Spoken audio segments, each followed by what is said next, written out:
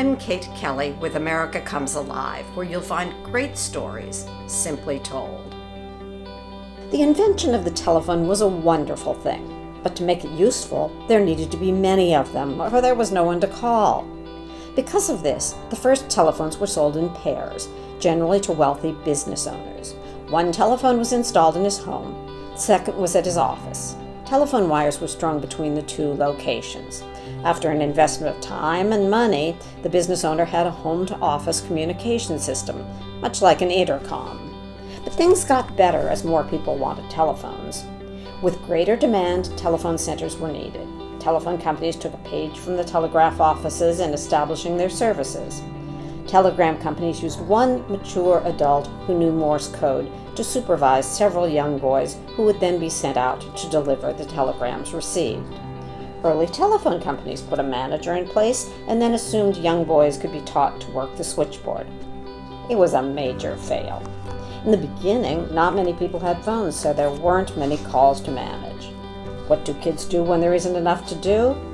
Roughhouse or goof around. The telephone companies realized they quickly needed a new plan. They decided to hire women, and many were interested. The women were trained to operate the switchboards. The size of the town determined the setup of the office. Small towns might have only 30 families with phones. Larger towns might have exchanges that serviced 150 families. The bigger the town, the harder the job. Early calls were made using names only. A caller picked up the phone and told the operator the name of the family they wanted to reach. The operator then inserted her ringing cord into the jack that corresponded to the house being called.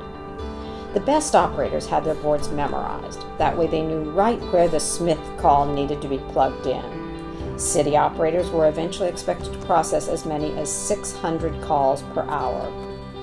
A rural operator often had the switchboard in her own home. She might handle only a few calls each day, so she was given an extra long wire for her headset. That way she could move around her kitchen and do other things until a call came in. Long-distance calls involved intricate choreography. In 1918, the average time to complete a connection for a long-distance call was 15 minutes. I'm Kate Kelly with America Comes Alive. Look around and see what inspires you.